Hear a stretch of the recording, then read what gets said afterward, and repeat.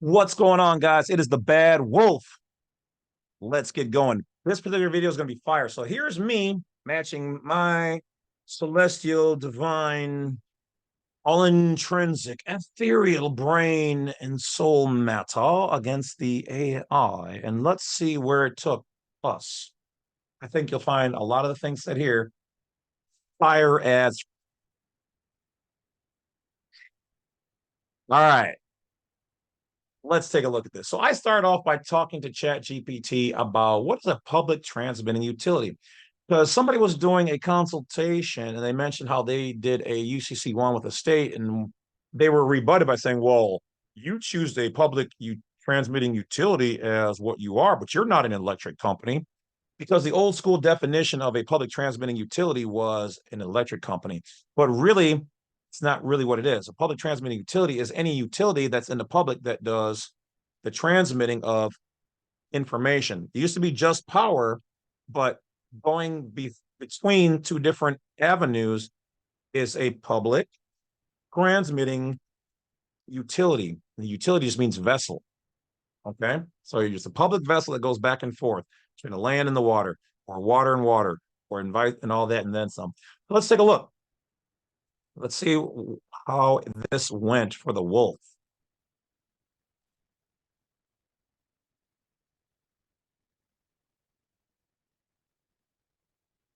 Hopefully everybody's doing good out there. I want to wish you guys all positive energy.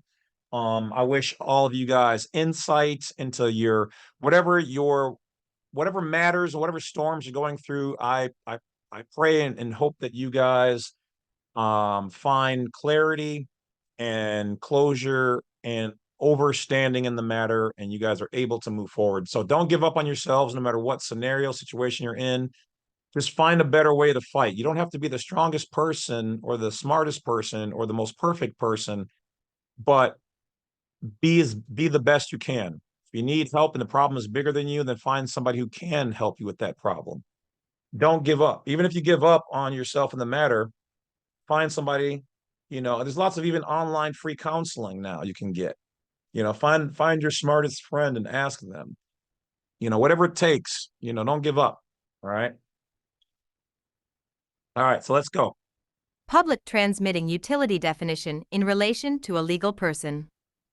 ChatGPT. A public transmitting utility, in the context of a legal person, refers to an entity, whether it is an individual, corporation. Now, when I first asked this question, and I'm learning more about ChatGPT, you have to be very specific when you ask. Because when I first asked what is a public transmitting utility, it just said an electric company, which was kind of right. But then when I asked it public transmitting utility definition in relation to a legal person, then it gave me the right answer.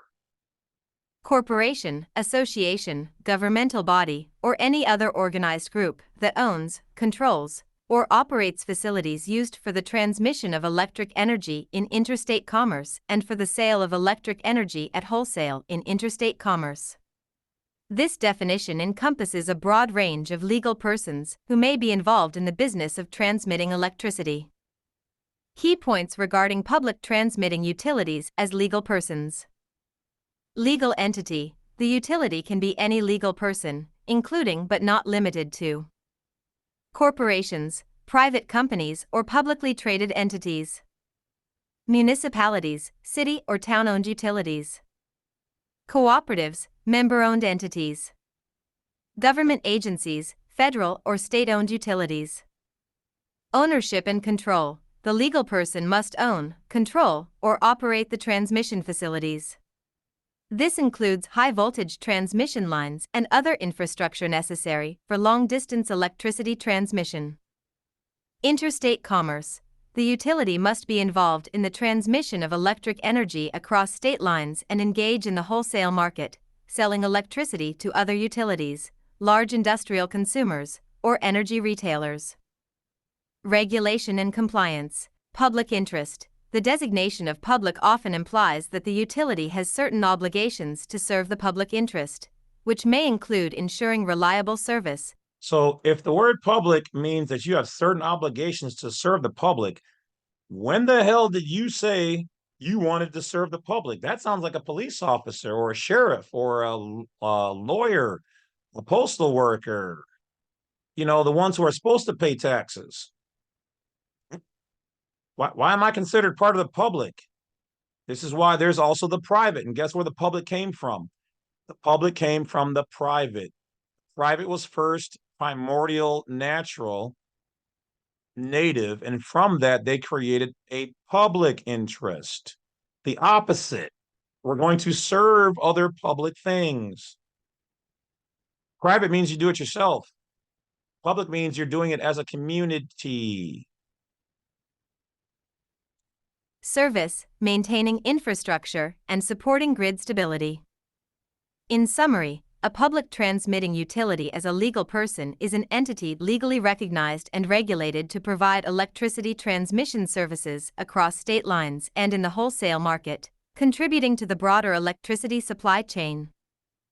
Who provides legal persons? ChatGPT. The concept of a legal person is provided and recognized by the legal systems of various jurisdictions. A legal person can be any entity that the law recognizes as having rights and responsibilities similar to those of a natural person. Legal persons can enter into contracts similar to a living person. Not the same. They bootlegged what the living person has and made their public, jurisdictional, similar but not the same. They granted rights by them, whereas a living person has inalienable, God-granted, and personal private rights. They made a doppelganger. Sue and be sued, own property, and perform other activities typically associated with individuals. Here are the main types of legal persons and how they are. So they're telling you now that a legal person, which once again, like I said in my other video, the reason why you see like on most of your documents, what is your legal name is because they're saying you need who represents you as a living person here. We need that name, which would be your business name or your name in all cap. A legal person is separate and distinct from the natural person. But because the living and the legal both use the word person, you have to look at the context. Because once again, if you're in Brazil, they don't call it a Brazil nut. So if you're doing legal things, they're not going to say all the time legal person. But that's what they're dealing with. Even that right there, just the term person, you can hang up a court case and say, well, are we dealing with the legal person here or the natural person? Gem drop. Because who do you have jurisdiction over? Please tell me how you have jurisdiction over the natural person. Because I don't remember signing myself away. And if you own and control me, then that's slavery. And slavery has been outlawed. And if that's the case, it's a federal offense.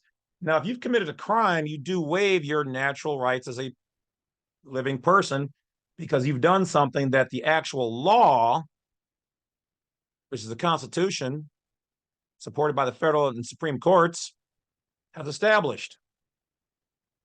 Let's go. They are established. Natural persons. These are human beings with legal capacity provided by their very existence. Corporations. Private corporations, formed by individuals or groups through incorporation under state or national corporate laws. Examples include limited liability companies, LLCs, C corporations, and S corporations. Public corporations, owned by shareholders and traded on public stock exchanges.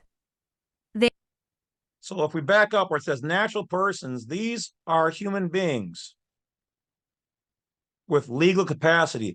That means that you have the ability to operate in legal capacity after the age of 18. You can sign documents. But what do they always ask you for? Birth certificate or a social. That's what brings you in the legal world. So those items are like a glove that can reach into their legal commercial world. You're reaching into the dead world with that. That's what legal capacity is. You're going into their world. Okay. Now, I'm not going to waste your time reading on what other legal persons are: nonprofits, corporate cooperatives, partnerships, associations, trusts, sole proprietors, anything essentially that is created and has an all caps name. Okay. So let's drop down to here. Then I asked it, Do state government create legal persons, and under what legal authority? ChatGPT. right? Is that not a fire question for those people who have the ability to understand the information? And what was asked here? Let's see what it says. ChatGPT.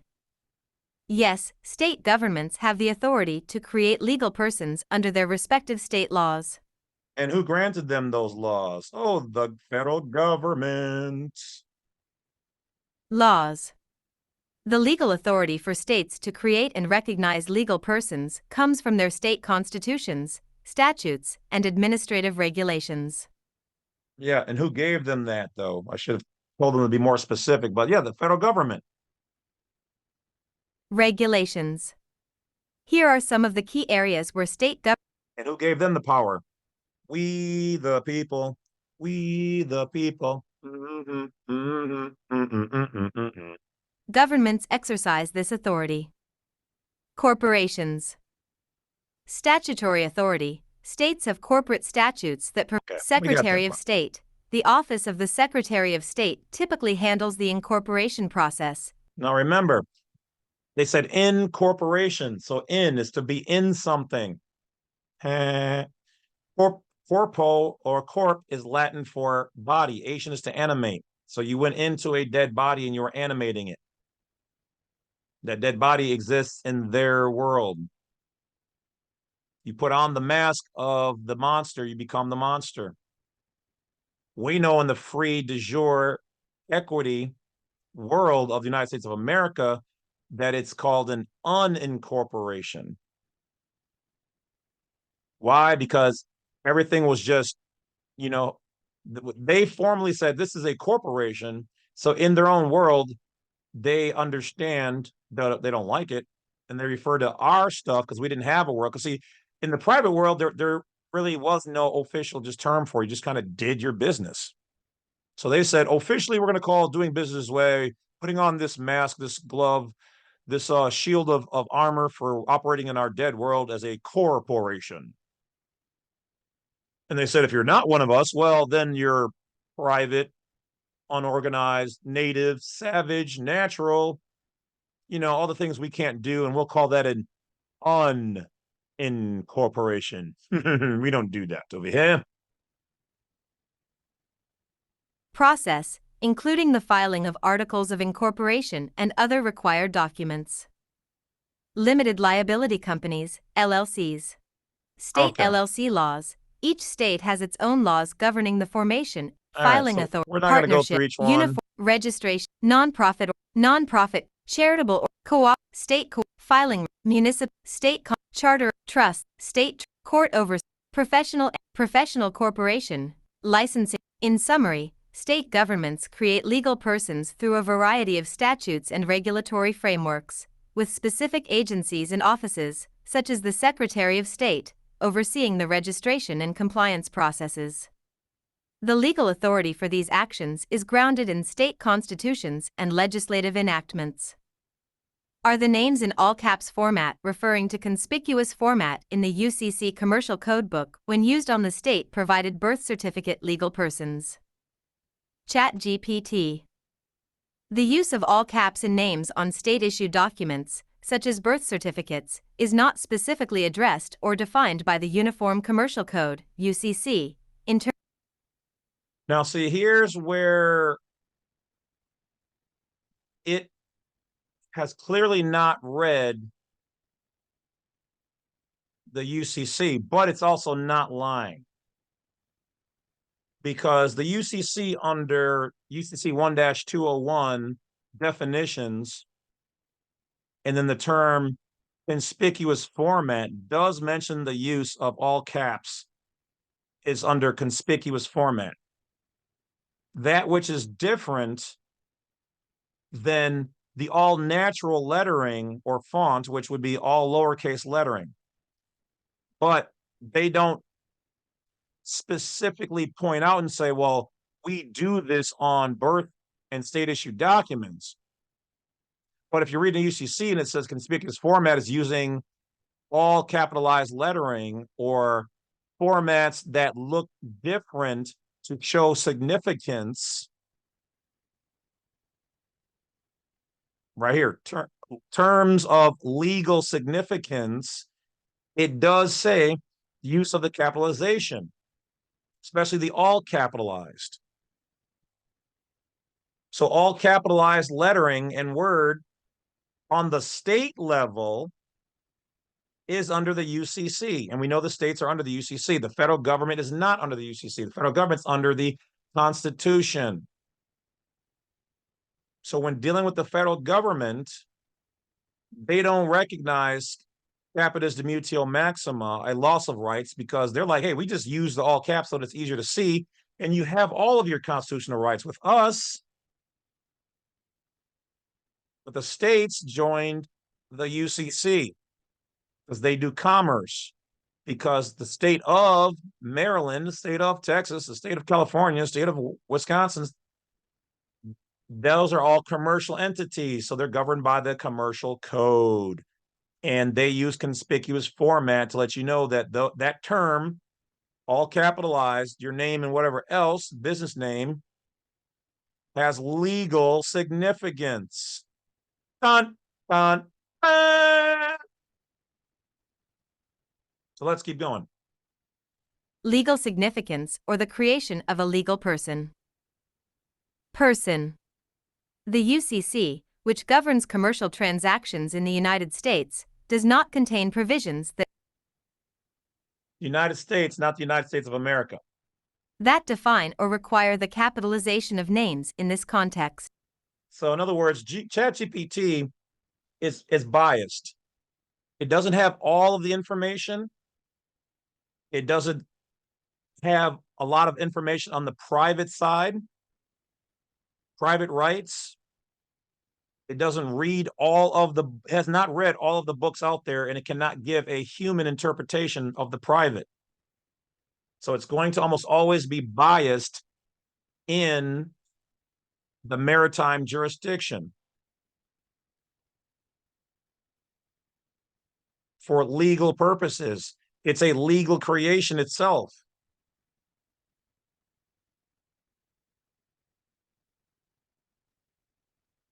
Context. Here are some important uniform. The UCC, all caps format.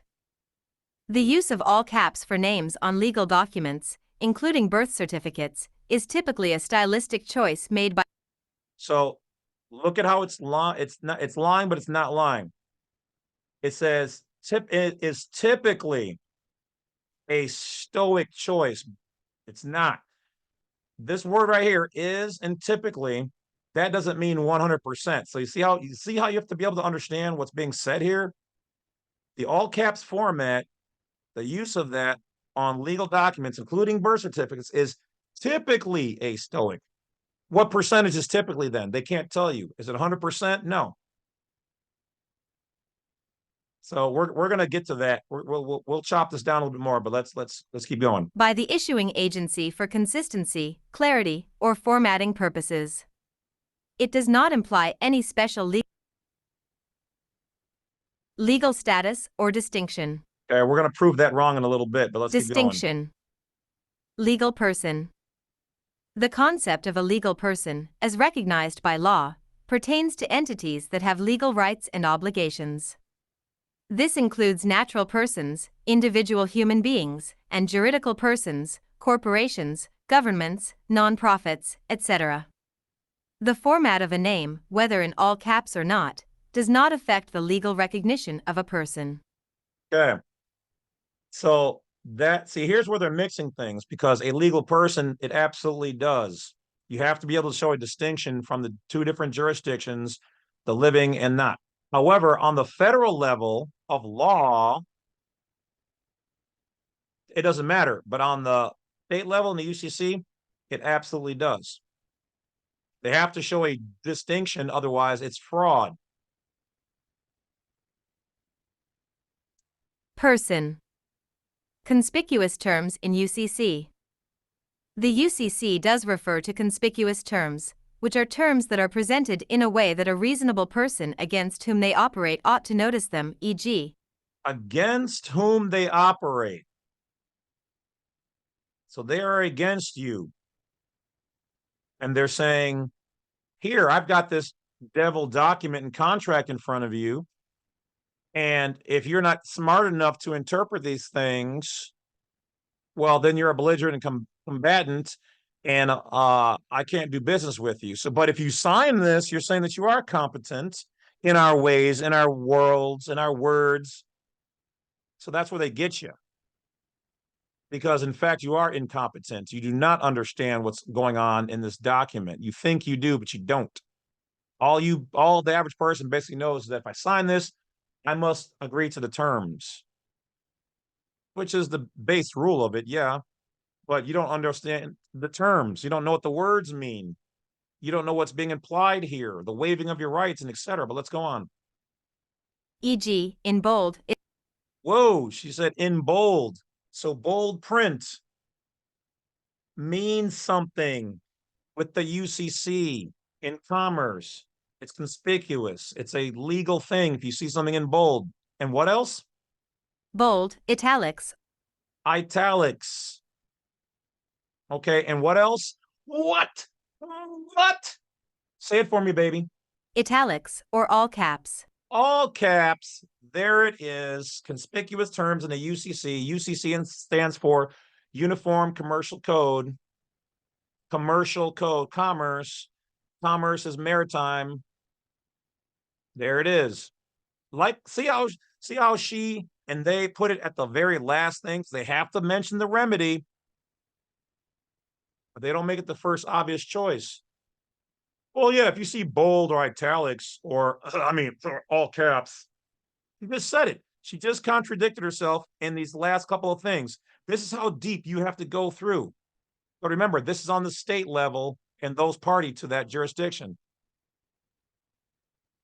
Federal government, though they gave them the ability to do these things underneath them, they themselves do not use all caps to represent the UCC. They don't use it, or conspicuous format, because they operate under the Constitution, and this is a loss of your rights.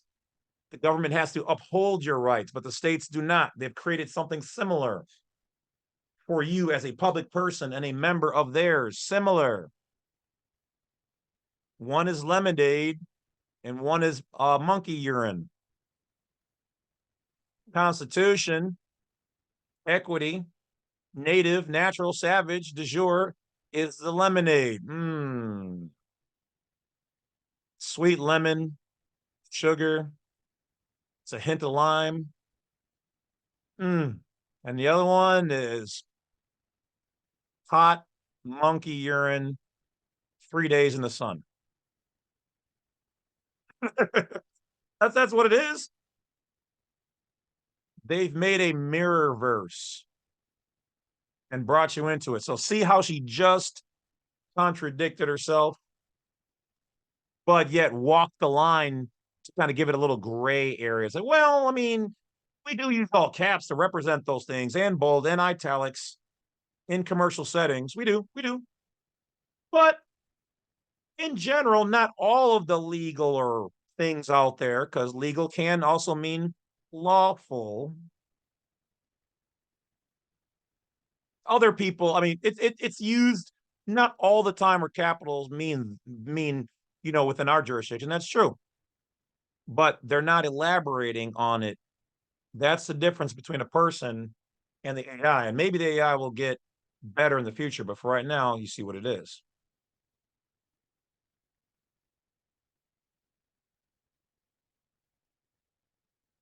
Now let's see how it It just said that, right? But now let's drop down in here where it tries to rebut itself. And I didn't, watch, it's going to try to clear it up. Caps, birth certificates. Birth certificate. There is a misconception, often propagated by certain legal theories or pseudo-legal arguments. See, now she's talking trash. Pseudo. Because she's gone out there and read what other legal persons, legal authorities, if you will, self-given, propagated, meaning propaganda. Some legal theories, conspiracy theories, pseudo-legal, kind of legal. No, it's literally what it is. Okay, and I'll prove it. Let's keep going. But like I said, I like how she tries to push it back into the favor of the legal department, because that's how she was programmed. Arguments that the use of all caps in names, e.g., John Doe, on official documents like birth certificates or driver's licenses signifies a distinct legal entity or has some special legal implications under the U.S.C. or other laws. However, mainstream legal understanding and jurisprudence do not support these claims. That's a lie, and I will prove it to you. Okay?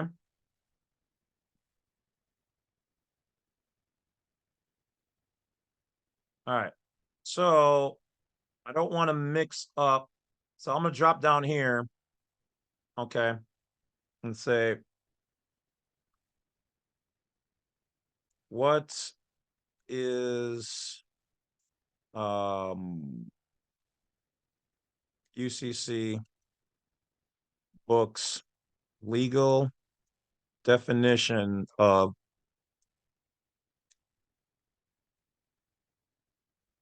conspicuous format?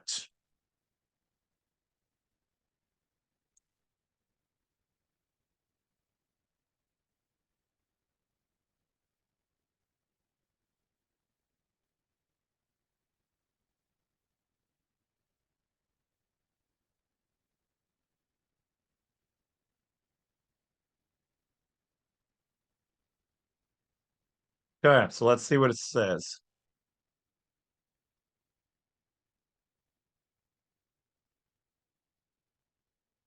The uniform. Now, keep in mind that they do not have one book where they put this all together specifically, because they have it in pieces. This is why you can't find one text bringing all of this together, because it would be stupid. Because what they're doing is a scam and a sham, but yet it's also legal business. It's just good business if you don't understand it. So if you understand it, you're good. They know what it is. If you ask them, well, what gives you this right? So, well, we have a legal agreement. You sign this. And not all of them understand the very things that they're using. There's no one book that they have that has it all together. I was like one of the first people to bring all this together, because they're not so stupid. They're gonna have a book that has all of it together. You have to bring it together. Just like none of them know the entire law. I don't know all of it. Nobody knows all of it, not even the AI. So let's go. Commercial Code, U.C., provides a legal definition of conspicuous in its text to ensure that certain terms or provisions in a contract are clearly noticeable to a reasonable person. So the person they're against, you should be able to, so put it this way. They'll use a word or a term, make it bold, make it big, or italicize it. And the average reasonable person should know that there's something different or funny about that they should question. Why is it in bold? Why is it italicized? Why is it all caps? How are you supposed to even know that before starting something? You'd have to go to school for it, but yet they use it on us every day. Person.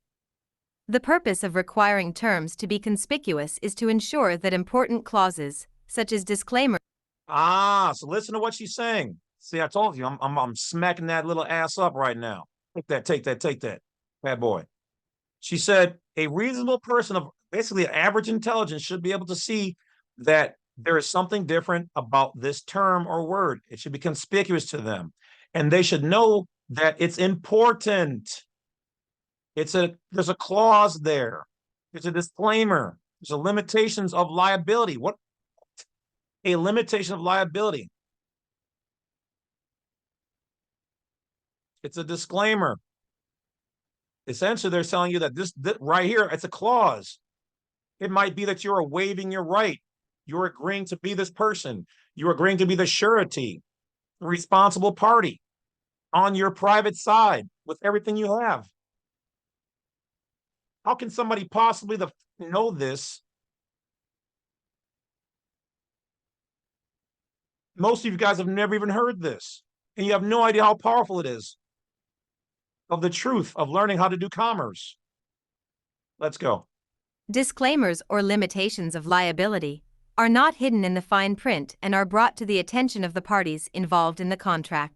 They are supposed to let you know about the fine print and what those terms mean, even if they're not written there, which to me is fraud. If you have a term, and even though it's conspicuous, it's in bold or italicized or it's all caps, you need to have that on the back page.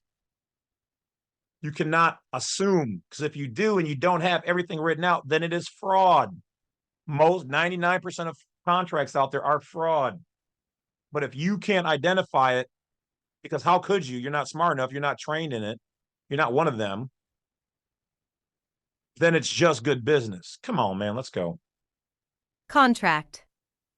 UCC definition of conspicuous. Under the UCC, a term or clause is considered conspicuous if it is written in a manner that a reasonable person against whom it is to operate ought to have noticed it. According to UCC Section 1-201(b)(10), conspicuous is defined as follows. Let's go. A term or clause is conspicuous when it is so written, displayed, or presented that a reasonable person against whom it is to operate ought to have noticed it. Sure, we notice that there's something there, but we don't know. We've never been faced with such devil work to know that that means something truly unique. But let's go. Noticed it. Whether a term is conspicuous or not is a decision for the court. Conspicuous terms include the following: a heading in capitals equal to or greater in size than the surrounding text. So what do they say there? A heading in capitals. You lying twat waffle. Full offense. But I still appreciate you, ChatGPT. Okay? She just said, a heading in all capitals. Equal. Okay, so a heading, if it's in all capitals but the same size, that means it's conspicuous. Or greater in size than the surrounding text. So surrounding text is normal, natural, native. But if that is in capitalized or greater,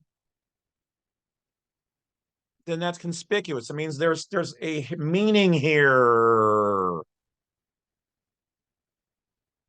Text, or in contrasting type, font, or... So that then means if it's smaller than normal.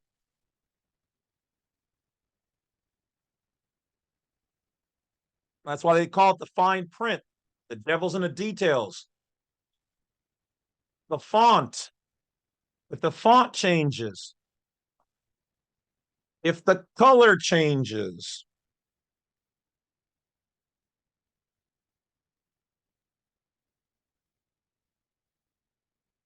that's conspicuous. That then means that this is a legal term. There's a legal implication there. or color to the... Remember how she said that earlier? There's nothing to the all caps. I mean, it does get used, but you cannot say all the time. Well, yeah. Now with the government, according to their GPO styles manual, but on the state level or anywhere that uses the UCC, it is. Anywhere where there's contracts. So this is not a natural document. There's hidden things in there, devil work. To the surrounding text of the same or lesser size, and language in the body of a record or display in larger type than the... Larger type. What does larger type mean? All caps, bold, different color, italicized. Come on, man. See what I'm saying? surrounding text, or in contrasting type, font, or color to the surrounding text of the same size, or set off from surrounding text of the same size by symbols or other marks that call attention to the language. Examples of So it's a different language. She just told you they're using a different language. This word may not mean what you think. There is something hidden behind this term. This term is not in Webster's dictionary, but Black Law's dictionary, which is where they use and have created for their specific jurisdiction of legalese, which is not English or American language. conspicuous terms. Headings, using headings in all capital letters.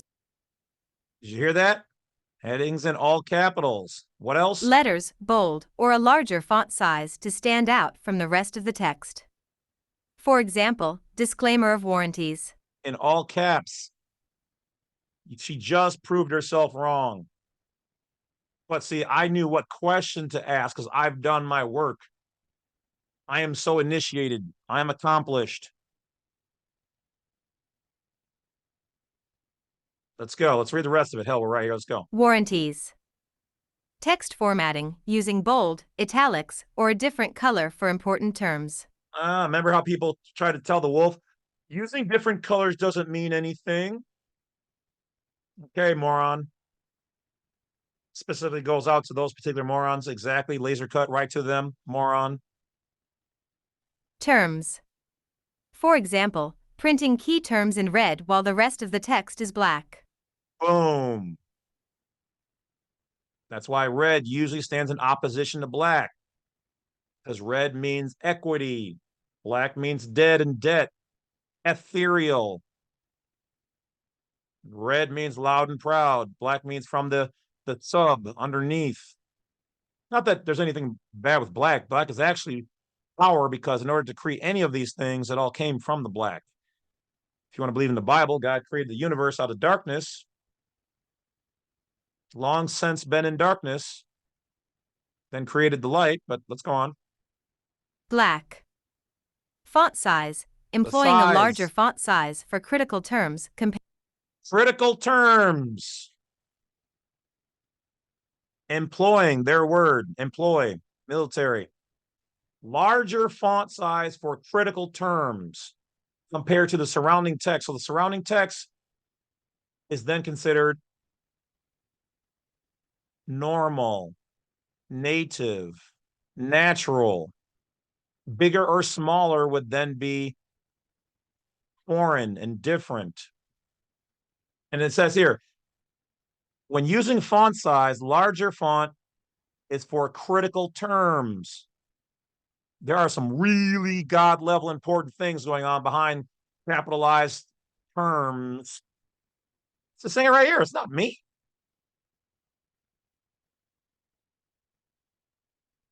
Critical terms compared to the surrounding text. Set-off symbols, using symbols or marks such as borders or bullet points to draw attention to specific clauses. Bullet points, borders, quotations, they all mean something.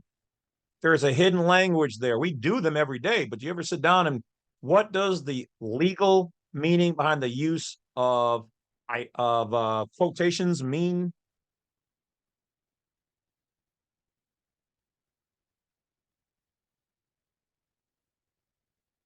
Okay, so we just proved it wrong, and I proved my point. Thanks for playing. Okay, now let's get back up to here.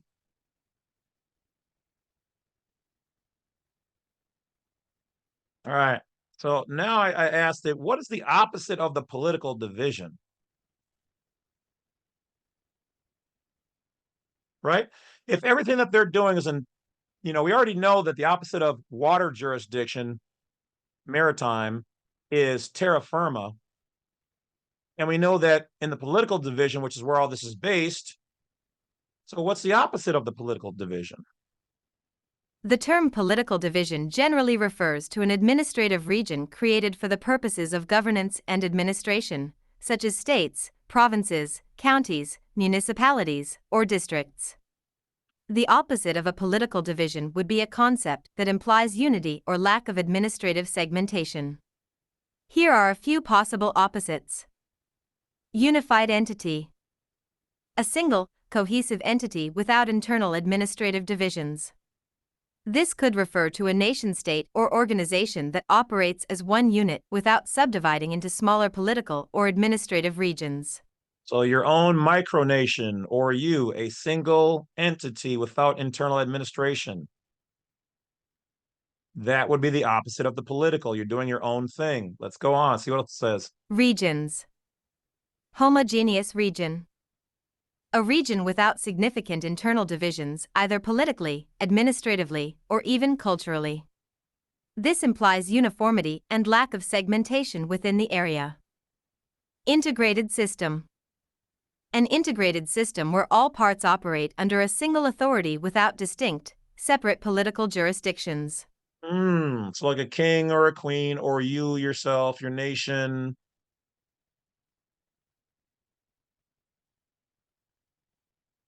Jurisdictions.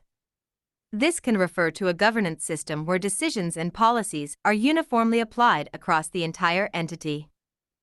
Centralized governance. A system of governance where all political power and administrative functions are concentrated in a central authority, without delegation to local or regional governments. In a broader sense, the opposite of a political division can be conceptualized as any system or region characterized by unity and lack of internal segmentation for political or administrative purposes. Explain the private sector citizen. ChatGPT. The term private sector citizen is not a standard or commonly used term in legal or economic contexts, but it can be interpreted to mean a citizen who. See how she tried to downplay it? She didn't say it wasn't a real thing. She said, well, this is not standard or commonly used. Oh, wait. In legal or economic context. Yeah, okay, yeah, because you guys, who she's based out of, created from, are on the public side. So yeah, it wouldn't be normally used. Don't try to disrespect or downplay it, but yeah, okay. It's not used generally in your system, but get to the point. Who is primarily involved or employed in the private sector, as opposed to the public sector. Here is a detailed explanation of what this might encompass. Definition. A private sector citizen is an individual whose employment. No, so she didn't say person. She said an individual, because individual usually means a living human being. This is how she should have started it off instead of that other gobbledygook up there. But I get it. She's being encompassing, but okay, let's go. Business activities and economic engagements are predominantly within the private sector. This sector is composed of businesses and organizations that are privately owned and operated, rather than being owned or managed by the government. Or a government. Characteristics. Employment. Private sector citizens work for private businesses, corporations, non-profit organizations, or are self-employed. Did you hear that?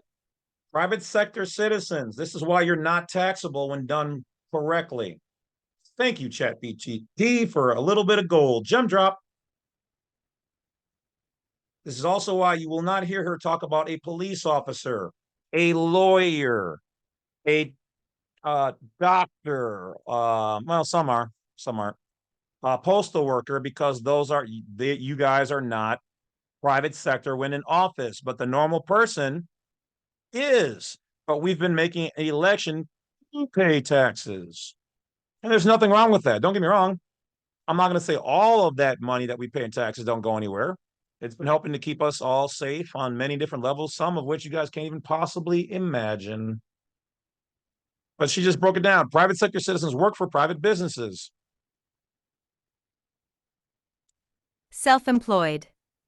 They might hold positions in a wide range of industries such as technology, finance, healthcare, retail, manufacturing, and more. Economic activity. Their income is derived from private enterprise, investments, or entrepreneurial activities rather than public funds or government salaries. All right, you guys Regulatory get the basics. contribute private entrepreneur freelance investors Get the distinction idea. from public sector citizens. So I said distinction from public sector citizens. So there's two different things. She didn't say there wasn't, so let's see what she's got to say. Citizens. Public sector citizens, individuals employed by government entities, federal, state, or local, including roles in education, public safety, healthcare, and administration. Employment and compensation. Public sector employees typically receive compensation and benefits from government budgets, are subject to civil service rules, and their employment conditions are often influenced by public policies. Yes. So once again, she's telling you if your check comes from government budgets and you're subject to civil service rules, you're public. You are a member of the trust, you are official. But what have they been doing? They've been bringing us private people in our normal private lives, even like she said up here, private sector citizens, into a public jurisdiction. That's the problem.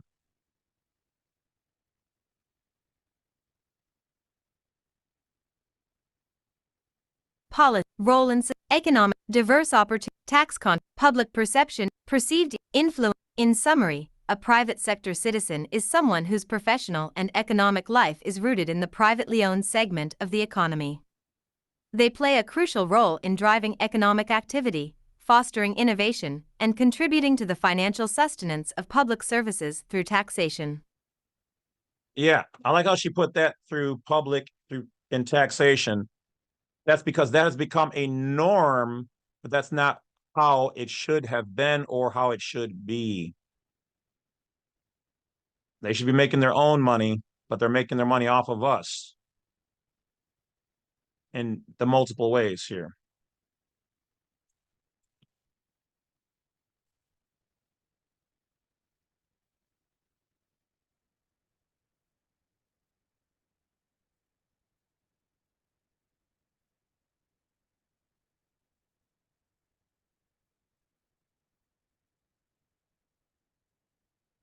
Right? Right from the wolf's mouth, right from the ChatGPT AI.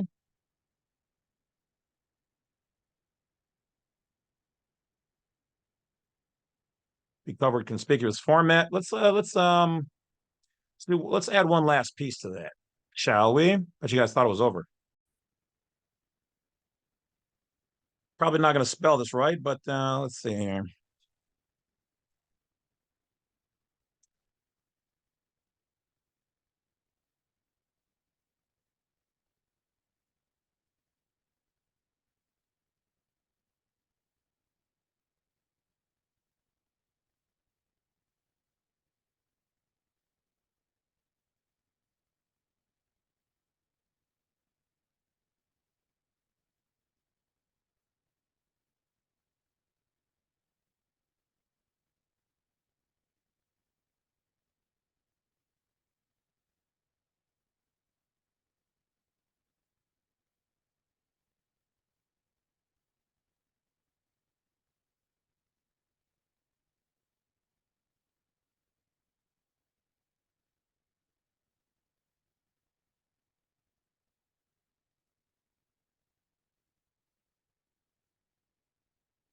Okay, so I say, what is Capitis deminutio maxima in Black Law's book?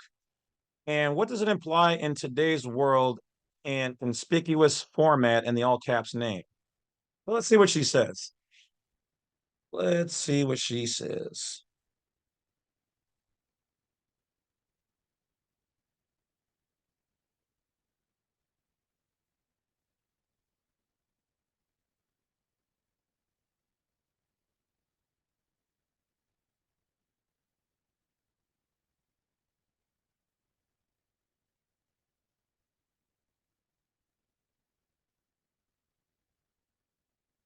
Okay, so it is not able to put these relevant things together because there's nothing written that shows the relevancy. So this is one of those things where only a living person, and I've already proven her wrong with the all caps use, but Capitis deminutio maxima refers to the highest or most severe loss of status.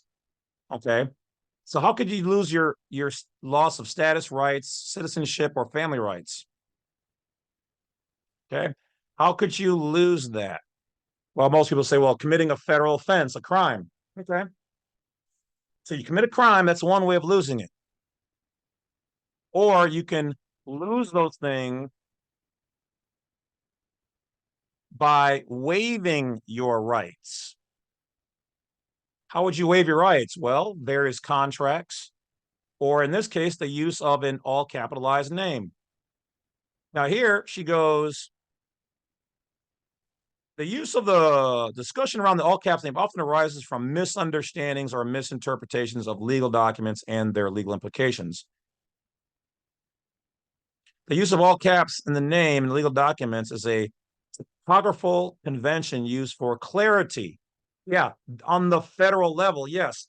But the UCC says that the use of all caps, which I had to read earlier, says that this is used for legal documents and to show legal distinction and implications. So you are a liar. This is how the legal system tries to cover up this their thing here. But we already know. We can read. Here she says, misrepresentations. The pseudo theories against suggest that the all caps name represents or represents a separate legal entity or corporate identity distinct from the individual. However, this is not supported by any legitimate legal theories. Okay, so let me make her look like a liar to herself. Is a legal person a separate and distinct entity by law from a legal standpoint?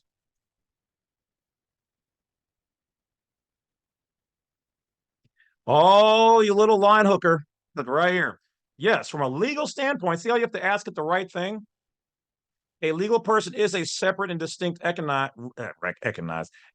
recognized by law as having its own rights and responsibilities. You're seeing this, right? And we know that there's a difference. Types of legal persons, a natural person and a juridical person or legal entity. Legal distinction, separate legal identity, limited your liability, different rights and obligations, perpetual existence, taxation. All right. She just said that, right? From a legal standpoint, a legal person is a separate and distinct entity. And let's go up here where she's lying. The use of all caps for names in legal documents is a typographical convention used for clarity and emphasis. It is not intended to signify any change in legal status. No, because the all caps already has its own legal status. And look how she said down here, misrepresentation, some. So this means not all. So not all, it doesn't say all pseudo theories, it says some. Suggests that all caps can name represents a separate legal entity or corporate identity distinct from individual. However, this is not supported by any legitimate legal theory or practice. You just said it down here when I asked you the correct question. Yes, from a legal standpoint, a legal person is a separate thing. Now, see, let's see if I can ask it this way. Can an all caps name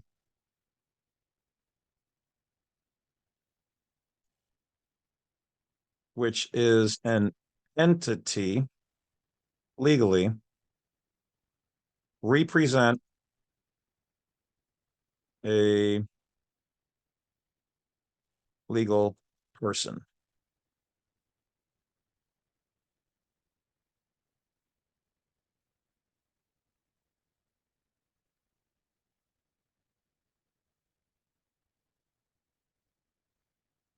So once again, she goes back into circles. And then look how she wants to throw in the sovereign C movement here. The reason why court rejected it is because, one, if they went to the state level, the state is operating under the UCC, so they're not going to admit to any of this and they can reject it. On the federal level, it's because you didn't prove your point. Because the federal do not operate with that. So you have to make your argument to federal court that on the state level, the all caps name is utilized to represent a legal person.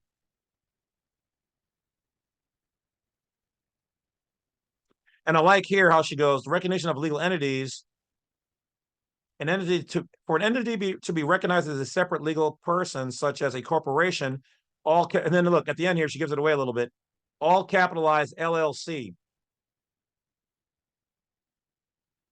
And it must be formed and established under relevant laws and regulations to be a legal entity. So under the maritime U.S. corporation jurisdiction. So they are separate things. It says a person's legal name. Okay, but see here, you're saying a legal name. You say a person's legal name, this means the entity. Because a legal entity is separate and distinct. A legal person is separate and distinct from their natural.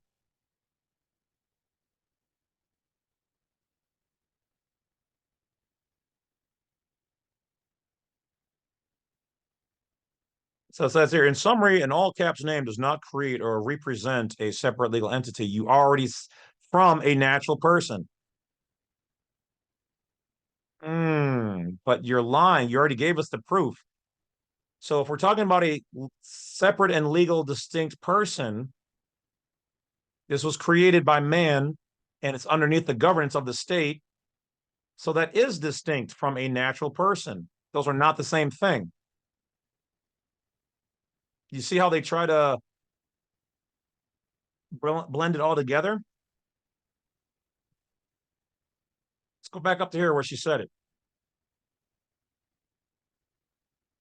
Yes, from a legal standpoint, a legal person is a separate and distinct entity recognized by law as having its own rights and responsibilities. So if I see the word legal name, legal person, you already, and you just proved it. Here she told me, I didn't even ask for this part. Types of legal persons. So a natural person is living. If I'm living, I can't be the dead entity like a corporation. I cannot actually be the corporation. Not physically.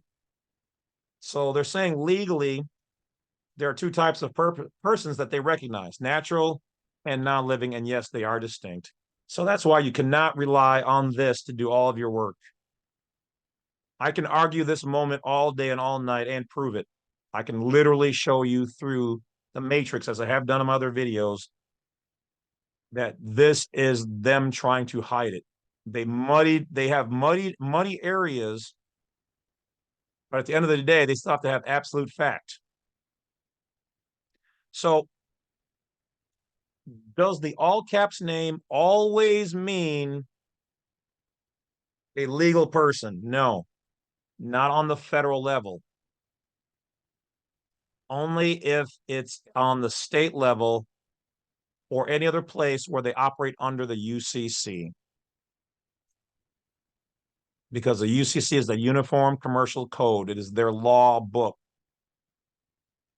A lot of them don't even know all of it because they have not researched it.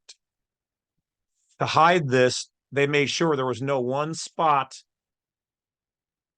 I mean, look it up. Well, here, you know, here. Do the states operate under the U.C.C.?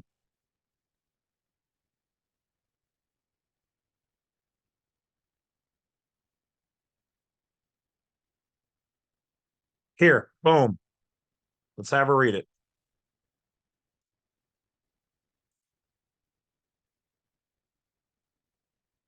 The Uniform Commercial Code, UCC, is a comprehensive set of laws governing commercial transactions in the United States, in the corporation. Let's go on. Bring it home, baby. Sometimes she gets things spot on. United States. It is not federal law, but rather a There you go. So it's used in the United States, and we're going to find out by who. So not federal law. The federal government doesn't use it. I've been telling you guys this. model code that has been adopted, with some variations, by each state. Who uses it? The states, not the federal government. State. Here's how the states operate under the UCC. Oh, so she didn't want to come out and say yes right off, but she had to still tell the truth. So the federal government does not use the UCC. The United States Corporation does. And in certain areas, which are the states, all of the states have adopted directly or indirectly or made a variation of the UCC, but they're still in the same family. Here's how the states operate under the UCC. Got your monkey ass. UCC. Adoption and implementation. State legislation. Boom. So now that we know state legislation is based on the UCC, right? We just covered that. We now know that. They adopted it into their laws for their legal framework. So if the UCC is what governs them, what is UCC 1-201 definitions of conspicuous formats?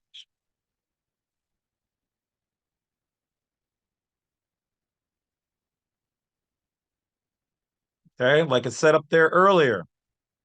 And now look, we get to the part where it says a heading in capitals means something.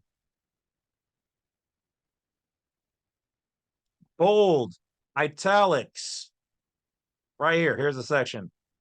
Bold lettering means something. Italicized means something in the UCC. And who operates under the UCC? The states, not the federal government. Federal government, you guys are off the hook. You guys may exit stage right. Thank you for your service. Have a good day. Take a cookie on the way out. Different font means something. Different colors mean something. Increased font size, another word of saying all capitalized. Whether larger than normal or smaller than normal means something. And again, capitalized headlines in what? All capital lettering. To draw attention, this means something. Legal implications. So there are legal implications here. Enforceability. That's how they can enforce things on you. Applications and contracts. Everything that you ever signed, pretty much 99% of the time, was a contract. Keyword here, Contracts for what? Conspicuous, maybe? I wonder if that's a relation. Conspicuous, contract, conning you, or if CON means something.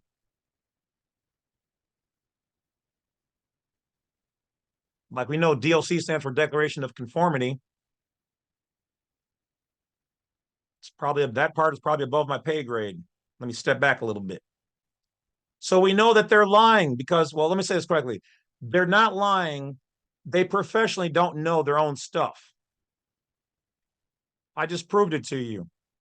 The states operate under the UCC, which include the courts. It's all in commerce. The Uniform Commercial Codes of the UCC, we just said that the lower ones operate in that. And then here under definitions says capitalization, bold, italics, legal implications, color, all mean something. Just prove the case. We're done here. We're done. That was never brought to you by anybody else out there because they haven't been able to put it together. We just put it together here and now. There it is. This is a piece of why I win my court cases and other people have when using this information. That doesn't mean you're off the hook because you did a crime or did something. There are still implications and civil responsibilities that you have to do because you've damaged somebody or removed their rights. However, this also goes to show that depending on how you move, if you move in the private correctly, you learn how to do commerce, certain things don't apply to you. Police officers and sheriffs cannot bother you in the private, but you pull yourself into the public if you commit a crime, you do something criminal. Infractions, most infractions, educational, do not apply. You're not subject to them. Those are for those members of the public, and especially for public officers. That doesn't mean you can speed and do whatever else. You still have common law jurisdiction, common law responsibilities, civil, to abide by the speed limits, because that is a safety thing. And anywhere where you are not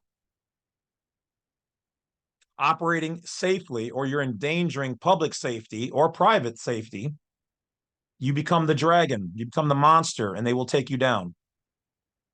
No matter what your status or whatever else is. Police officer or sheriff, you guys can't do it either. Nobody's above the law, I believe, are your words. And so the good ones out there who've contacted me and shared things, and I've been able to tell some of you guys more about your own craft than you guys know. I thank you guys for reaching out as Americans. I have no problem with any class of people out there, as long as you do not do anything harmful to a child, and anything you do with somebody you get permission from, you're good. Those are my rules. If you've done those things, you're taking away someone else's rights or freedoms or liberties, then I got a problem with you, professionally speaking, for informational purposes. That's it, guys. This has definitely been one of the more powerful videos. This is why when I read these court cases where people have tried to argue the Capitis, deminutio, maxima, the typography of the name, all caps, bold print, etc., you've lost because you couldn't articulate it to put it all together like this.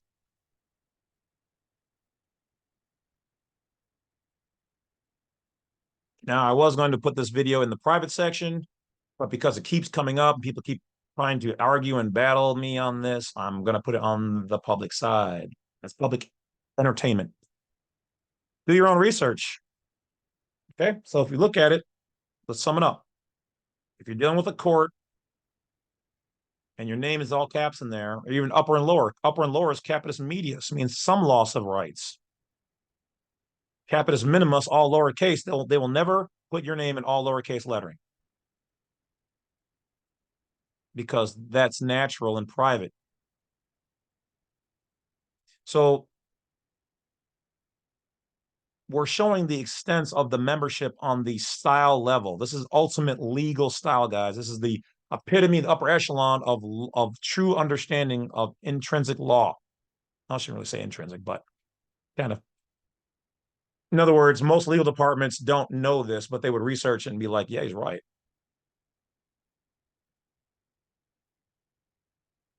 But you can't just walk in there and say, I don't have to pay my fine. I don't have to do anything you say because my name is in all caps. That in itself is a whole separate argument. You're there because of what you did, and they can find your name in the computer. And so you are the surety or the representer or the agent for that all caps name. So what you did is you got the straw man in trouble.